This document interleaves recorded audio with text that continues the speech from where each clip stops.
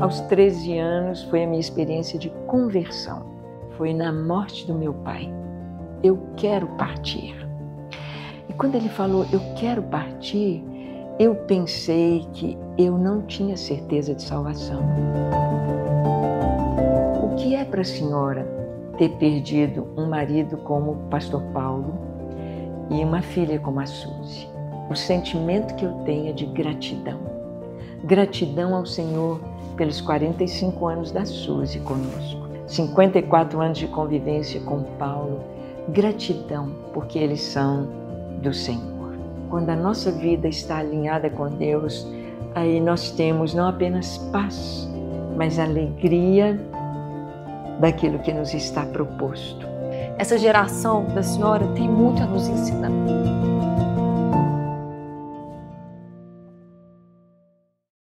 Pastora, que honra te receber aqui, ter esse tempinho para a gente conversar. E para a gente começar um pouco, eu queria que a senhora contasse um pouco da sua história, de quem é a pastora Ângela Valadão. Quem é a senhora? Para mim é um prazer muito grande, viu, Gabi, estar aqui na sua casa, bem aconchegante, bem gostoso, a presença gostosa do Senhor aqui. Amém. E é um prazer. E realmente vai ser muito bom a gente conversar um pouquinho sobre de mulher para mulher. É, verdade. Eu já estou com 75 anos. E nasci num lar cristão, meus pais nos ensinaram a palavra de Deus, e lá em casa nós somos 7 irmãos, tivemos a alegria de crescer todos os dias tendo o nosso culto doméstico. Então, eu me lembro que quando eu estava noiva, com o casamento já para ser marcado, eu pedi à mamãe, falei, mãe, eu não sei nada sobre casamento, porque as meninas da minha época não eram como hoje. Hoje, meninas de 10, 11 anos sabem muito mais do que a gente sabia, já com 18, 19 anos. E então, eu falei, eu queria que a senhora me contasse como que é o casamento para eu me preparar. E ela falou, vou te contar como foi nossa lua de mel. Eu falei, eu vou aprender. E o papai, quando entraram no quarto, a mamãe disse que o papai deu aquele abraço, aquele beijo de recém-casado, e falou para a mamãe, olha, primeira coisa que nós vamos fazer agora, eu quero fazer nossa vida toda. Ela pensou, o que será, não é? Então, antes, ela só deixou o buquezinho dela na cama, papai abriu a malinha, pegou a Bíblia, abriu no Salmo 128, e ele leu o Salmo. E o Salmo diz assim, feliz quem teme ao Senhor e anda nos seus caminhos. Do trabalho de tuas mãos comerás, feliz serás e tudo te irá bem. A tua esposa no interior da tua casa será como a videira frutífera. Teus filhos como rebentos de oliveira à roda da tua mesa. Eis como será abençoado o homem que teme ao Senhor. E tu verás os bens de Jerusalém, e os filhos de teus filhos, e a paz sobre Israel. Aí o papai falou para a mamãe, olha, ele chamava ela de minha gata, olha minha gata, esse vai ser o retrato da nossa família. Eu quero que você ore por mim e depois eu vou orar por você. A mamãe orou pelo papai, ele orou por ela e ele disse, essa vai ser a nossa jornada. Antes de qualquer coisa, em cada dia, nós vamos ler a palavra. Estou até emocionada. E assim, o papai e a mamãe nos criaram. Lá em casa, Gabi, a primeira coisa que fazia, a gente às vezes estudava de manhã, escola às 7 horas da manhã, mas antes, 6, 15 para 6, nós somos 7 irmãos, né? Tinha o quarto das meninas e o quarto dos meninos, 3 mulheres, 4 homens. O papai ia lá, puxava o dedão do pé da gente, falava, vamos levantar, vamos levantar, vamos levantar, todo mundo para a sala, vamos fazer o culto. Então era todos os dias? Todos e os logo dias, no início do no dia? início do dia. E como que era essa rotina Aí do culto? víamos para a sala, a gente saía no banheiro, escovava os dentes, de pijaminha, Pijama mesmo. nós víamos para a sala, antes de tomar café, antes de tudo. Aí sentávamos na sala. O papai, ele seguia a revista da escola dominical, mas ele lia a revista dos adultos. Ele não lia das crianças, Entendi. ele lia dos adultos. Então eu falo que meu seminário teológico foi em casa, porque a gente era da igreja presbiteriana e assuntos como divórcio, aborto, papel do marido, tudo estava na escola dominical. E a gente ia aprendendo. Cada dia ele lia um parágrafo e perguntava se a gente teve alguma dúvida. E a gente decorava o texto áureo, decorava o versículo. Ele lia também um provérbio, a gente decorava. E no culto era a hora de tirar as dúvidas e as perguntas. Entendi. Então a gente perguntava, pai, isso, mãe. E ele respondia. O culto não era tão longo, eram uns 20 minutos. Aí depois que ele lia a Bíblia, lia a revistinha, aí a gente orava. Começava do bebezinho no colo da mamãe, ela punha a mão nos olhinhos do bebê e orava. Papai do céu, muito obrigada pela minha vida, abençoa o papai, mamãe e meus irmãozinhos. Em nome de Jesus, amém. Aí os de 2 aninhos orava. Papai do céu, obrigada pela minha vida, me ajuda a ser bom e obediente. Em nome de Jesus, amém. Aí até o meu irmão mais velho. E então, um dia a mamãe orava, fechando o culto. Outro dia era o papai. E aí quando ou mamãe ou papai oravam, a gente cantava assim, o nosso dia vai agora começar, ao nosso Pai rogamos que nos venha abençoar, amém. E a meninada corria para aprontar, para ir para a escola, mamãe punha a mesa do café, nunca tomamos café fora da mesa, ela punha a mesa, era o café simples, pão com manteiga, café com leite, mas sentadinho na mesa, agradecíamos e os que tinham de ir para a aula iam para a aula, os que iam fazer o para casa, os que tinham tarefinha. E a minha infância foi assim. Eu falo, Gabi, que eu descobri que nós éramos pobres quando eu casei. Nunca pensei que a gente era pobre, porque nós éramos felizes. Olha só. Não era pobre, não é o pobre, pobrezinho. É a classe média lutadora, não é? 7 filhos. Sem luxo, né? Sem luxo. Por exemplo, nós nunca fizemos viagem de férias. Nem família? 7 filhos, né? Sabe o que eu acho bonito, assim, daquilo que a senhora está contando? A beleza do ordinário, sabe? Simples. Do simples. Não precisa de muito, ser feliz, né? Ser é feliz. Um culto doméstico que é sentar e ler a Bíblia e conversar. E essa, assim, na vida da senhora, assim, como que os seus pais traziam para vocês a vivência do Evangelho? No sentido assim, eles compartilhavam orações que eles estavam... Como que era ver Jesus na vida deles de uma forma prática? Como que a senhora conseguia enxergar isso na vida deles? Assim? Sim, você falou aí uma coisa muito importante. Ver Jesus na vida prática. Nós víamos no dia a dia dos nossos pais, na honestidade. Eu me lembro do papai pagar um carreto 2 vezes. Ele pagou para o moço para levar alguma coisa, não lembro, criança não atenta a muitos detalhes. E o moço depois voltou e falou, eu vim receber, ele falou, mas eu paguei. Ele falou, não, o senhor não me pagou. Eu paguei, eu tenho testemunhos. Mas ele pagou a 2ª vez por causa do nome do Senhor. Então, mentira não tinha lá em casa. Palavrões, nunca falamos palavrão, a gente não tinha vivência, né, de palavrão. E antes, sabe, Gabi, o Evangelho, quando chegou no Brasil, chegou no final do século XIX, né? A Igreja Presbiteriana foi em 1856, logo os batistas vieram e trouxeram o Evangelho, aceitaram Jesus, a Igreja Protestante, né? E era muito claro a vida de um crente e do não crente. Por exemplo, meu pai, ele morreu em 64. O papai falava para os fregueses dele, eu passo aqui na Praça Milton Campos, o Milton Campos foi freguês do meu pai. Meu pai fazia sapato para ele. Para os políticos, né? Murilo Badaró era um freguês do papai. Então, o papai falava para os fregueses dele, pregando o evangelho, ele falava assim, olha, vai lá na cadeia e vê se você acha um crente lá.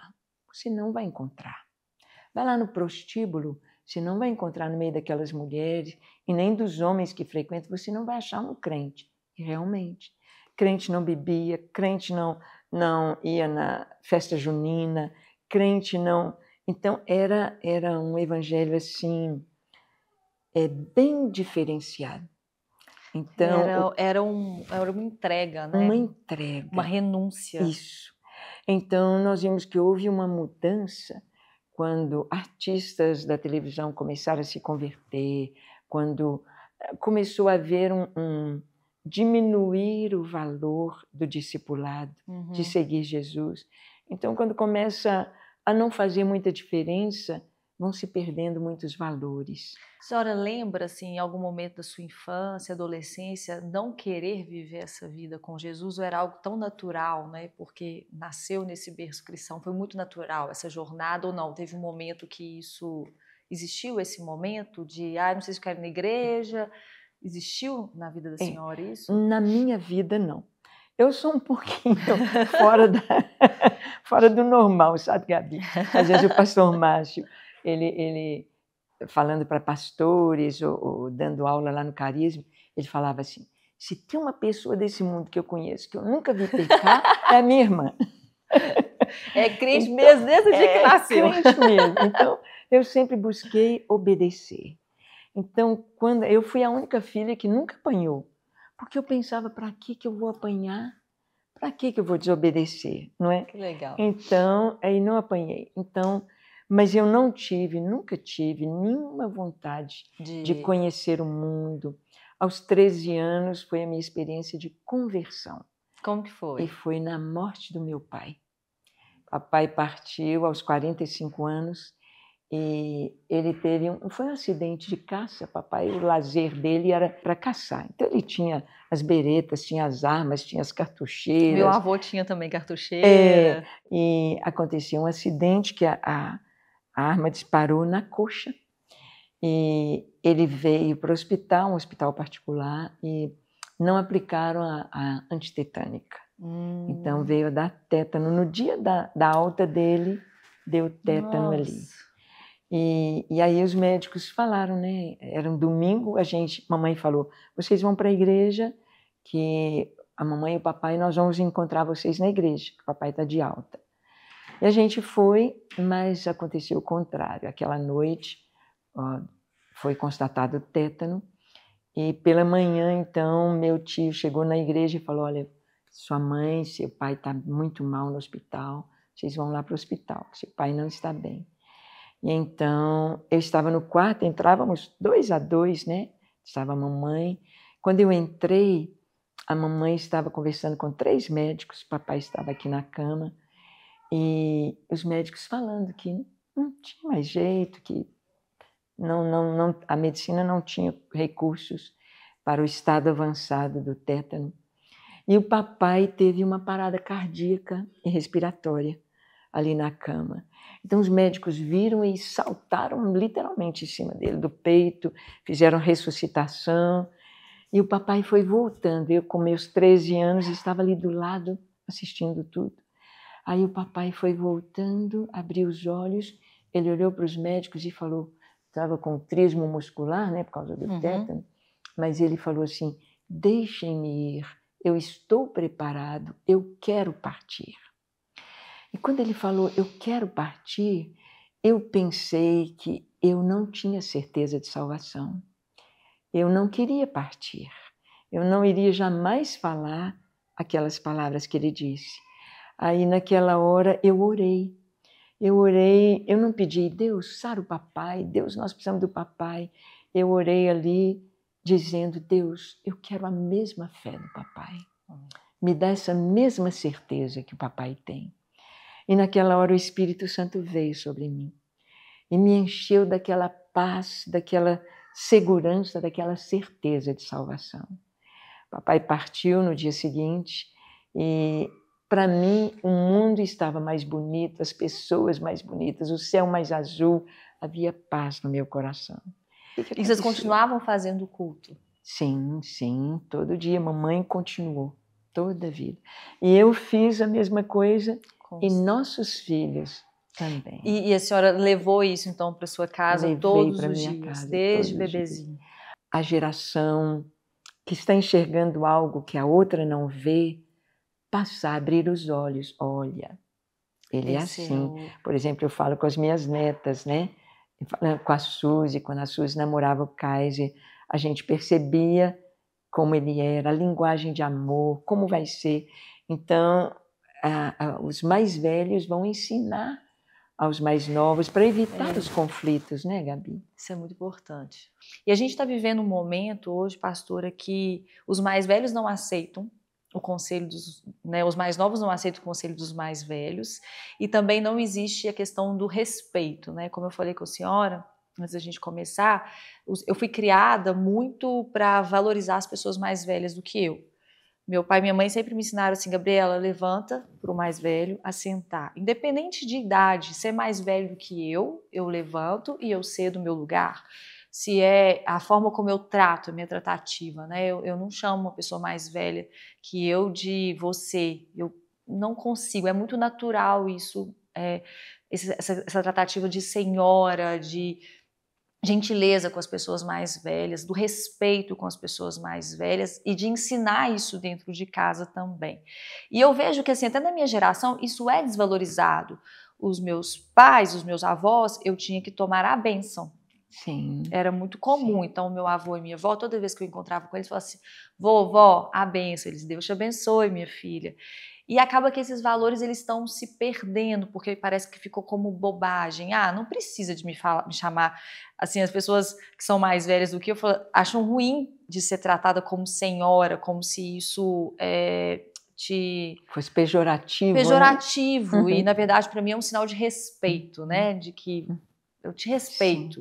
Sim, sim. Como que a senhora vê isso hoje, né? A senhora olhando de fora e vendo essa geração hoje, qual é a percepção da senhora a respeito disso? É muito importante, eu até quero citar aqui um curso que eu fiz, quem estiver nos assistindo, que puder fazer esse curso, é um dos primeiros cursos cristãos do MEC.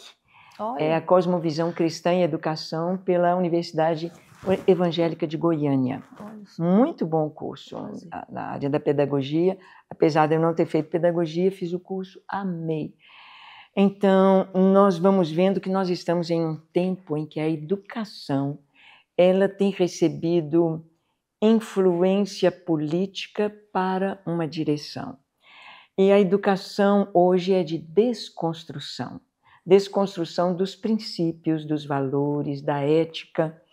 E dentro da desconstrução, tirar completamente o respeito e não valorizar a autoridade, trazer anarquia para que a ideologia marxista se implante. Esse é um dos tópicos da ideologia marxista, é a anarquia e é a falta, a não obediência ao respeito à autoridade.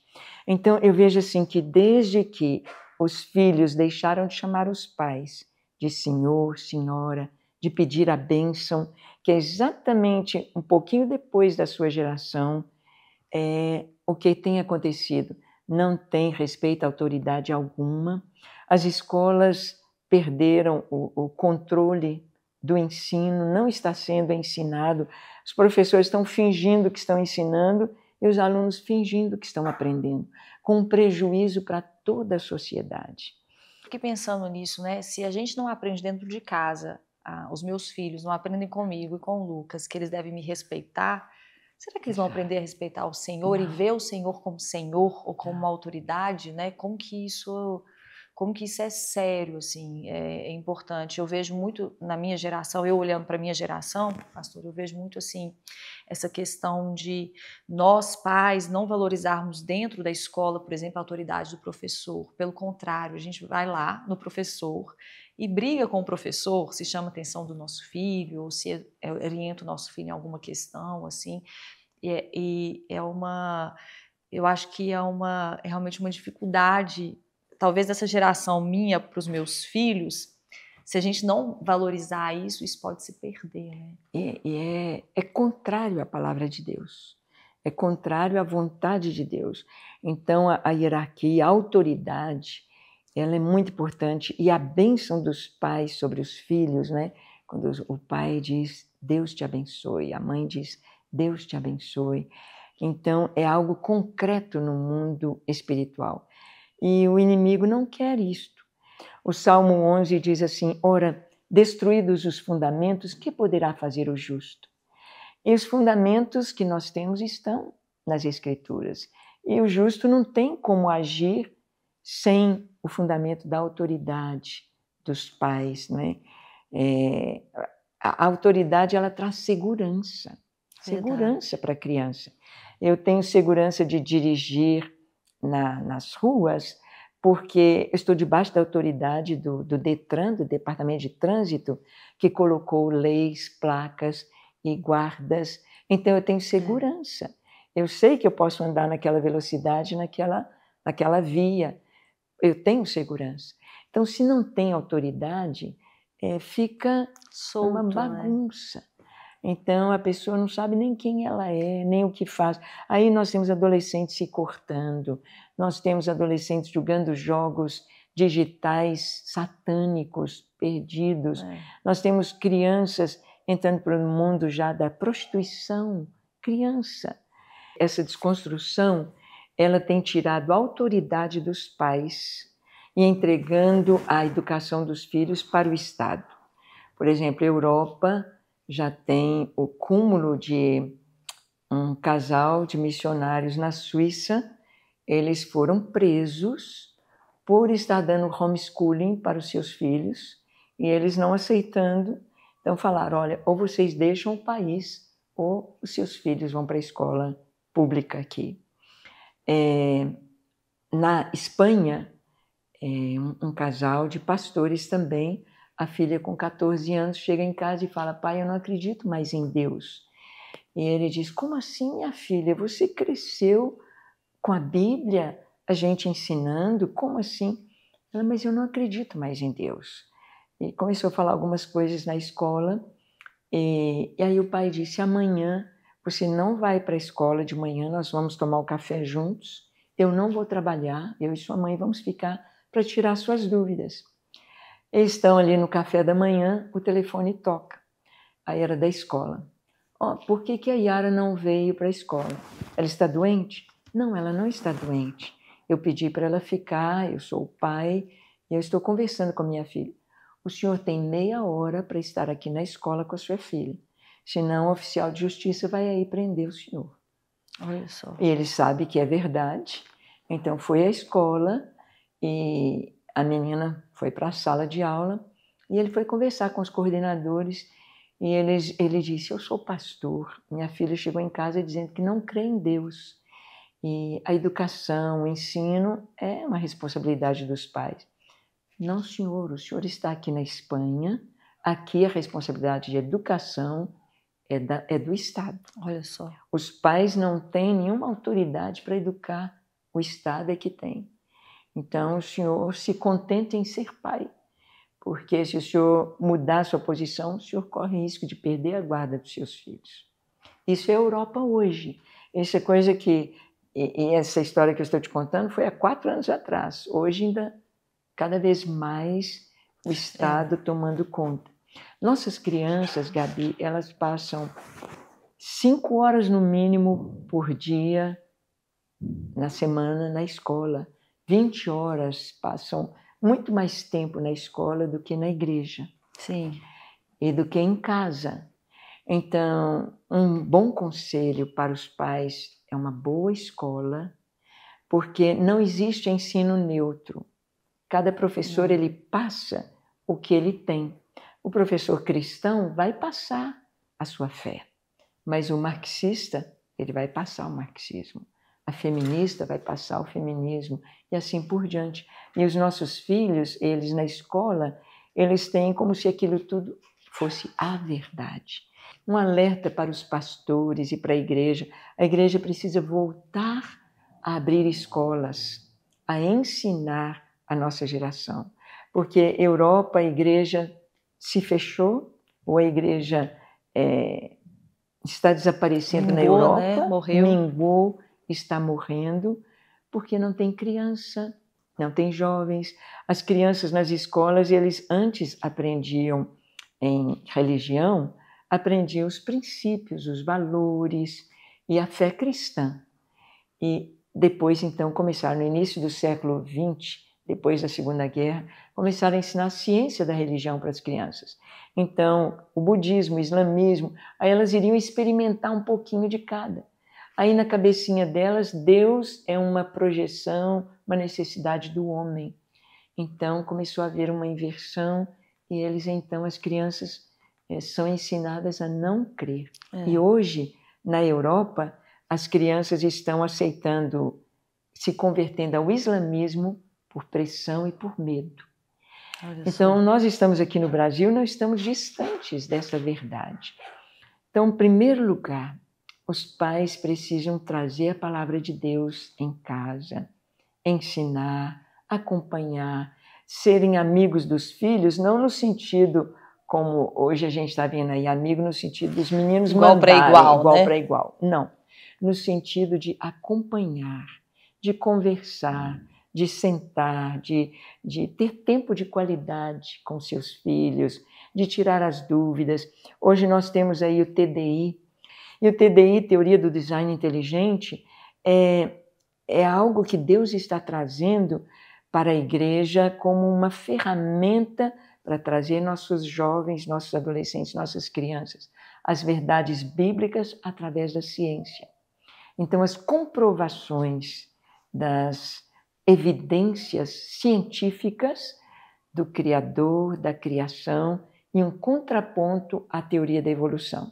Porque nos livros está lá bilhões de anos e aquela imagem do chimpanzé vai ficando em pé, vai ficando até o Homo sapiens, como se aquilo fosse verdade.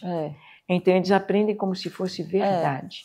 E o TDI tem sido levantado para mostrar isso é mentira, isso não é evidência, com provas. Eu lembro da foto da minha escola quando eu aprendi isso. Pois é.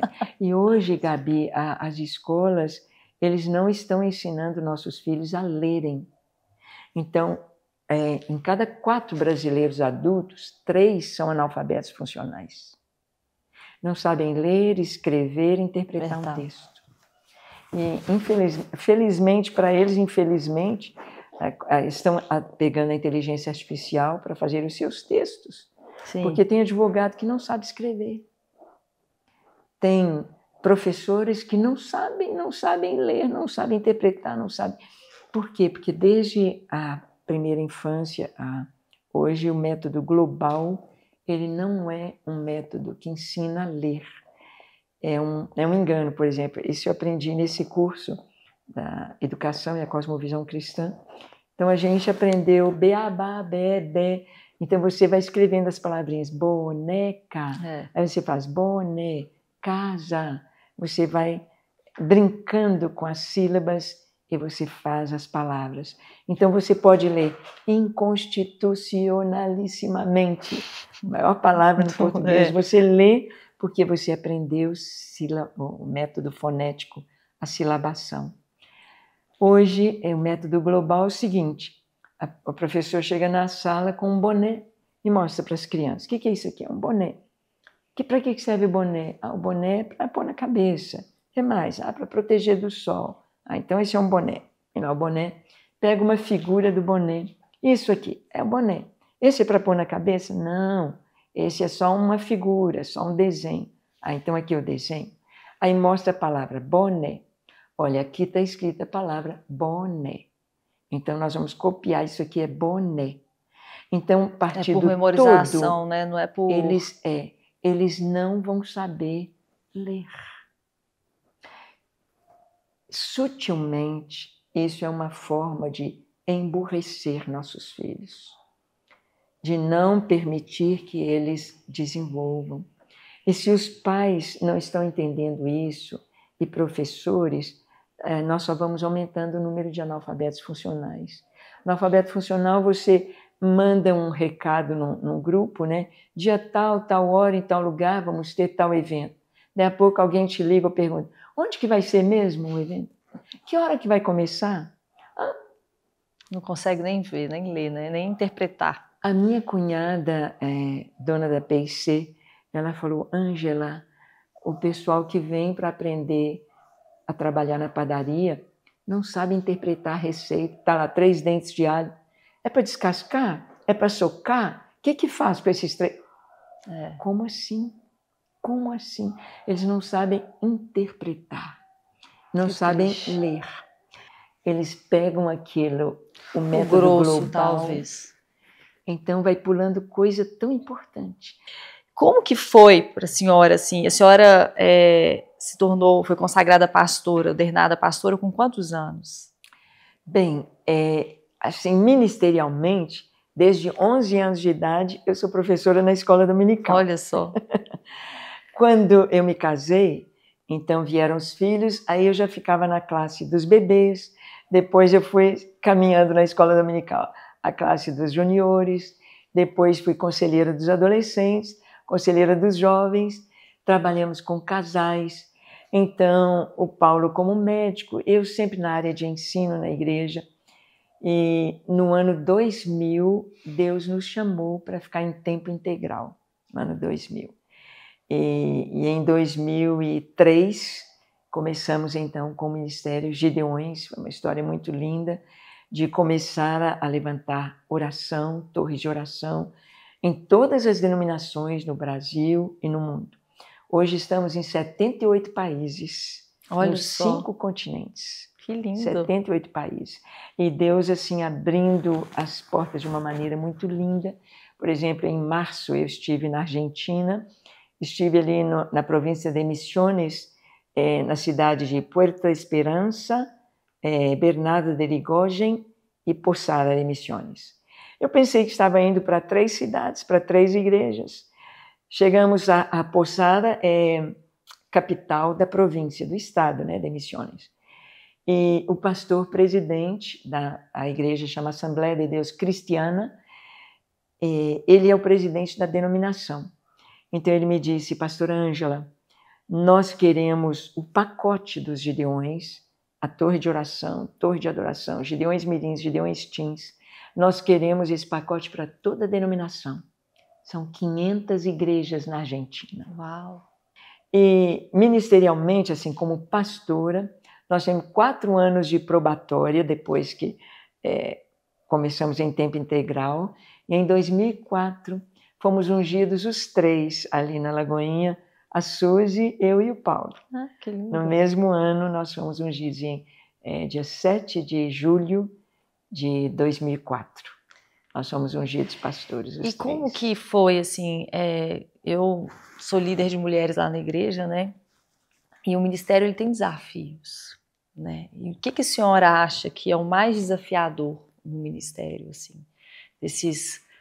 Desde 11 anos de idade, né? Até 60 anos de ministério, né? O que a senhora acha que é o mais desafiador, assim, que mais te desafia nessa jornada ministerial? Eu vejo o ministério como um grande privilégio. Eu acho que nós somos as pessoas mais privilegiadas do mundo por servir ao Senhor e construir algo aqui na terra, porque dele, por ele e para ele são todas as coisas. Então eu vejo assim que você estar trabalhando para o Senhor, trabalhando para o reino, escrevendo história na sua geração, é um privilégio muito grande. Então, eu vejo assim, eu na minha vida, eu nunca disse não para o Senhor ou para a obra de Deus. E eu vejo assim, Deus sempre renovando a gente.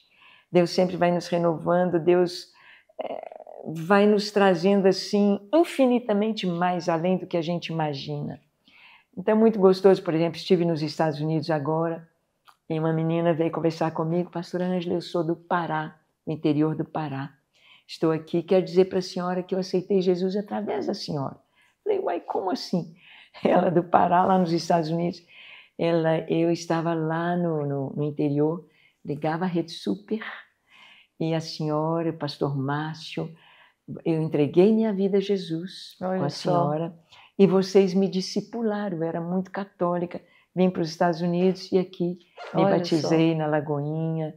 Ela contando, a gente não imagina. São os frutos, que né? Diante ali de uma câmerazinha, você falando ali sentada na poltrona, como estamos aqui, onde vai chegar aquela palavra. Então eu vejo que o ministério é um grande privilégio. dependendo de qual ministério, o desafio vai ser diferente. Por exemplo, para mim, o Ministério Gideões, o maior desafio são os pastores compreenderem a necessidade da oração e entenderem a oração sem cessar. Quando o pastor compreende, então as portas se abrem e multiplicam, é algo muito lindo. Por exemplo, quem vai trabalhar com as crianças, talvez o desafio seja os pais compreenderem a necessidade da criança ir, vir. Quem trabalha com casais. Então, os desafios são diferentes, mas a gente não pode olhar simplesmente para as dificuldades ou o que possa impedir de fluir. O que a gente tem que fazer é só obedecer.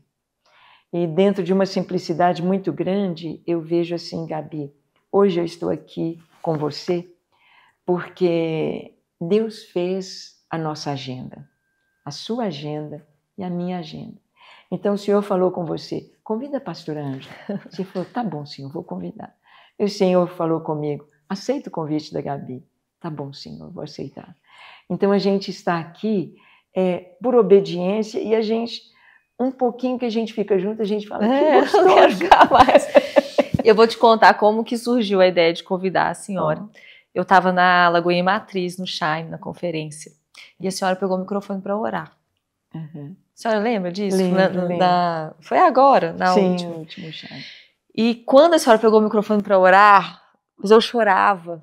Olha só. Como há muito tempo eu não chorei dentro de uma igreja, assim, Olha sabe? só. Assim, o Espírito Santo... Foi uma coisa, fluiu, foi uma coisa muito forte, assim. Glória a Deus. Eu fui ministrada ali, com a oração da senhora.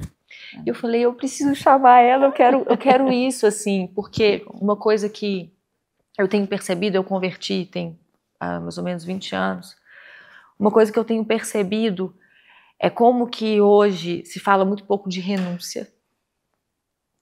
Para você vir para o evangelho, você não precisa renunciar a nada.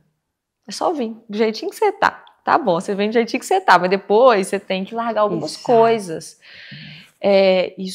Eu vejo isso, né? Tinha essa coisa muito forte da questão missionária, né? Da questão do ID, né? Quando eu converti era muito forte a questão do ID. Eu achava que eu ia para as nações ser médica, entrei em conflito, falei, ai Deus, mas eu quero casar. E aí o Senhor foi falando comigo, né? E trazendo direção. E também a questão da oração. Sabe, como que se tem se perdido isso, né? A gente lá na Lagoinha Vila da Serra, a gente começou um ministério que chama Mulheres em Oração. Que bom. Eu falei, Deus, eu quero ver as mulheres do coque aí. Isso. Sabe, eu quero eu, Gabriela, ser conhecida como mulher que ora, como uma mulher que sabe a palavra. Amém. E eu vejo como que isso tem faltado referência, sabe? Essa geração daqui tá sem referência. A gente não tem muita referência, a gente não tem muito para onde olhar, falo no cotidiano, assim, né? Porque cadê as mulheres mais velhas? Exatamente. Cadê as mulheres mais velhas da igreja? A gente não consegue ver, pastor, assim, não tem. E tem muito poucas. Claro que na minha igreja tem mulheres, eu estou dizendo assim, no modo geral, né? E eu vejo muito disso, assim, essa questão da permanência, da perseverança no evangelho, né? Na perseverança na oração, como que isso é difícil de encontrar, tá raro, né? Mulheres que têm, como a senhora, 60 anos de ministério, né? Que tem uma vida de oração, que fala versículos de cor e salteado, né? E cadê isso, sabe? Então, a geração daqui tá sentindo falta disso, sabe? E, então eu fico, hoje em dia eu tô até emocionada mesmo, porque eu acho que cadê? A gente não tá achando. Precisa. A gente não tá achando essas mulheres. Eu falo, Deus, me ajuda a levantar essas mulheres que oram. E a reunião de oração não dá ninguém. Me ajuda a levantar essas mulheres que intercedem. Me ajuda a levantar essas mulheres que amam a palavra de Deus e que não vivem só de profecias, né? Porque hoje parece que todo mundo quer ouvir a profecia, quer viver a emoção, assim. Essa geração da senhora tem muito a nos ensinar. Sabe? Esse domínio com a palavra, esse temor ao Senhor, né? esse temor ao Senhor, ele tem parece que tá, sei lá, tá se esvaindo, assim. Diluindo, você não vê, mais. né? Assim, sim, então, é verdade. Como que a gente precisa disso, né? Como que a gente precisa ter hoje, essas torres fortes ali, né? Hoje, na nossa devocional, que eu faço a devocional na hora do almoço com a nossa equipe do ministério. A gente reúne e 2 versículos, a gente vai seguindo os livros da Bíblia e a gente vai, cada um tem 10 ali, então cada um lê na versão da sua Bíblia aquele versículo, o outro. E hoje nós lemos 1 João 4, de 14 a 16. E lá João fala assim, que aquele que crê que Jesus é o Filho de Deus, né? Então, nós conhecemos e cremos que Jesus é o Filho de Deus, por isso temos a vida eterna. Então, eu estava explicando para eles, para os nossa equipe ali, algo importante, né? É um líder mais velho ensinando para os jovens, né? Estava falando, olha, para o judeu, ele dizer que Jesus é o Filho de Deus, esta era a mensagem. Ele é o Filho de Deus. Para o muçulmano, esta é a mensagem, Jesus é o Filho de Deus. Mas quando o Evangelho chegou aqui no Brasil, não adiantava falar Jesus é o Filho de Deus que morreu na cruz para nos salvar, porque o Brasil foi cristianizado, então todo mundo católico, eles criam que Jesus é o Filho de Deus e que Jesus morreu na cruz para nos salvar. Sim. Aí eu perguntei para a nossa equipe, como que você pregaria o Evangelho hoje no Brasil? O que a gente tem de pregar? Que Jesus é o Filho de Deus? Eles creem. Que Ele morreu na cruz para nos salvar? Eles creem. Hoje a gente tem de pregar o preço do discipulado. Se alguém quer vir após mim, negue-se a si mesmo, tome cada dia a sua cruz e siga-me. Esta é a mensagem que tem de ser pregada no Brasil, no mundo hoje. Porque todo mundo, igual as crianças, estão sendo bajuladas. A igreja muitas vezes está bajulando as pessoas, olhando o conforto das pessoas, olhando o lado humano e não Deus, e não o que Ele pede de nós, e não o que Jesus quer de nós. Então o Senhor, Ele traz o preço, né? Se alguém quer vir após mim, negue-se a si mesmo. E seguir Jesus é estar com Ele atrelado na mesma canga. Jesus diz, aprendei de mim, que eu sou manso e humilde de coração, e encontrareis descanso para as vossas almas. As pessoas hoje, elas querem uma mensagem de ficar rico, de ficar famoso, de ficar celebridade, de ter. E não é esse o convite do Senhor. O convite dele é ser manso e humilde de coração. Humildade é a virtude que menos eles querem, porque a humildade é a dependência total do Senhor. Então, essa mulher de oração, ela é gerada nessa dependência de caminhar com o Senhor. Senhor, o que o Senhor quer que eu faça? Como o Senhor quer? E eu vejo, sabe, Gabi, que a oração, quando o Senhor diz orai sem cessar, isso não é utopia, isso é o que Deus quer. Então, por exemplo, as lâmpadas que estão acesas aqui, ela só está acesa porque ela está ligada a um fio, que está ligado ao poste, que está ligado a uma torre, a torres que estão ligadas à fonte de energia nas hidrelétricas. Então, se cortar esse fio, a luz apaga. A luz que brilha em mim, em cada mulher cristã, a luz que brilha em nós, ela se mantém acesa por esse fio de comunhão com a fonte, com Deus. E essa fonte, nós não podemos, em momento algum, orar sem cessar, é manter essa luz acesa o tempo todo. E hoje, nesse versículo também que nós lemos na devocional, ali fala que nós estamos nele e ele em nós. Então eu falo que a gente é um sanduíche de Deus. Deus por fora, Deus por dentro. E quando a gente tem essa consciência, a gente não peca. Como pecar se o Senhor está aqui, na minha frente e dentro de mim? Então, para essa vida de oração, é necessário mesmo o entendimento do que é ser um cristão. Que você falou logo no início de que não se fala em renúncia, não se fala em entregar, e a gente vê que a renúncia nossa, nós nunca vamos conseguir fazer o que o Senhor fez por nós. Né? Eu, por exemplo, eu e o Paulo fomos chamados para o ministério, entregamos o que construímos materialmente em 30 anos de profissão, casa, carro, apartamento na praia, dinheiro na poupança, clínica, salário alto, entregamos tudo. Mas isso tudo era já do Senhor. Nós somos mordomos. Hoje eu não tenho nada. Eu não tenho carro, não tenho casa, mas não me falta nada. Nada. Eu dirijo o carro do ministério e daí? Quem está dirigindo o seu próprio carro está achando que o carro é seu, mas é do Senhor. Você vai morrer, vai ficar tudo aí. É verdade. Então, o que falta é a compreensão do que é ser um cristão. A senhora falando sobre esse negócio de dono, eu ouvi o pastor Hernandes de Lopes, né, ele pregando e ele falando sobre mordomia, né, e ele fala assim, você entende o que é ser mordomo quando você entende que você não é dono. Se você acha que você é dono de tudo que você possui, você não entendeu nada. Agora, quando você entende que o dono é Deus, a sua forma de tratar as coisas que você tem é diferente. Aí nasce a generosidade, no sentido assim, Deus não é meu. Pastora, diante de toda a sua história, né, toda a sua jornada, que veio cheia de desafios, né, de renúncia, de entrega, isso tudo que a senhora está falando, né, de quantas entregas você viveu com seu esposo, na sua família, suas renúncias, o que isso te traz de ensinamento? É maravilhoso demais. Seguir Jesus é a aventura mais doce que existe. Caminhar com Ele no jugo do Senhor traz paz, como Ele diz, traz descanso. Agora mesmo, o irmão que me trouxe aqui, ele estava contando que perdeu a esposa e que ele não estava preparado para isso.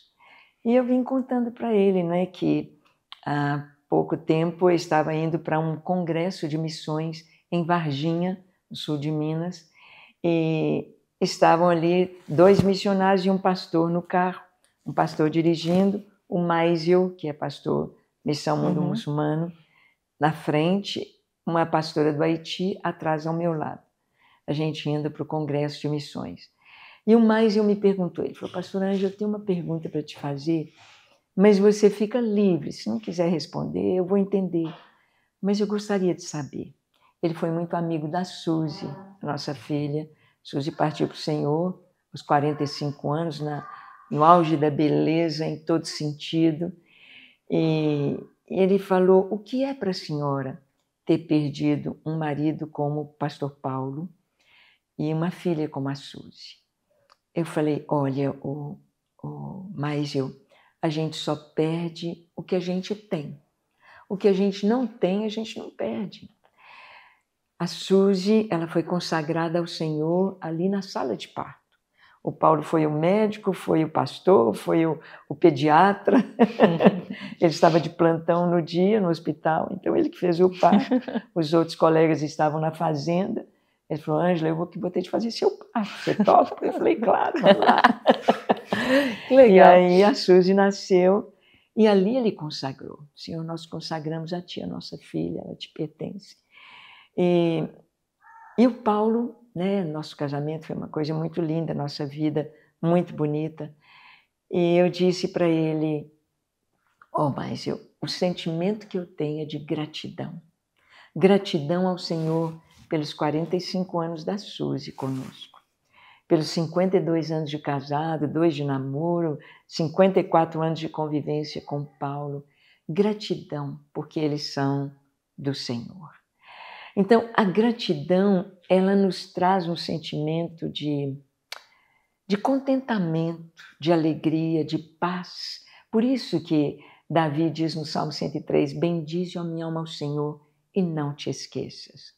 Então, levar a cruz cada dia com Jesus, Isaías 53 diz que ele foi homem de dores, ele levou até o fim a cruz, sabendo o que o esperava. Então, lá em Hebreus capítulo 12, fala que nós devemos correr a nossa carreira olhando firmemente o autor e consumador da fé, Jesus, que em troca da alegria que lhe estava proposta, suportou a cruz. Então, Jesus, ele não olhava o presente, ele olhava o futuro. E quando nós, como mães, como esposas, como servindo ao Senhor no ministério, como cristãos, quando nós olhamos o futuro, nós temos forças para viver o presente, e não só força, alegria que nos está proposta, a gente sente. Isso dava aos nossos irmãos que foram mártires no Coliseu, aos irmãos que foram mortos nos primeiros 100 anos da igreja, da história da igreja, dava força para os nossos irmãos o olhar para o futuro. Então, é muito importante a gente, ao tomar a cruz, não é andar chorando e gemendo, eu estou levando minha cruz, a minha cruz. Não. Qualquer desafio, qualquer dificuldade que tenhamos hoje, seja um luto, seja uma enfermidade, um diagnóstico que a medicina não tem recurso, seja a perda de um emprego, seja a perda de bens, seja o que for, qualquer limitação que nos venha ou desafios que tenhamos, quando a nossa vida está alinhada com Deus, aí nós temos não apenas paz, mas alegria daquilo que nos está proposto. Então, eu vivo hoje sonhando com aquele momento glorioso, quando estaremos face a face com o Senhor, quando nós o veremos, e o maior sonho da minha vida, o único sonho que eu tenho, é ouvir o Senhor dizer: bem está, serva boa e fiel, foste fiel no pouco, sobre muito te colocarei. Então, quando nós temos este entendimento de que nós não merecemos o que temos, né? É graça. Mas quando nós obedecemos, nós descobrimos a maior aventura de felicidade. É Cristo em nós, esperança da glória. Amém. Maravilhoso. Que linda! Muito bom. Deu para rir, deu para chorar. Pastora, muito obrigada, viu, pela sua presença. Edificou muito a minha vida, viu? A senhora é uma inspiração para a gente, para essa geração, e que Deus continue usando a senhora para levantar muitos líderes e pessoas e homens e mulheres de oração nessa terra. Amém. Deus te abençoe. Deus continue te abençoando também. Amém. Vamos em frente. Isso aí. Com essas mulheres para o Senhor. Amém. Gente, olha pra você ver, ela é maravilhosa. Tem muita coisa para falar, né, Gabi?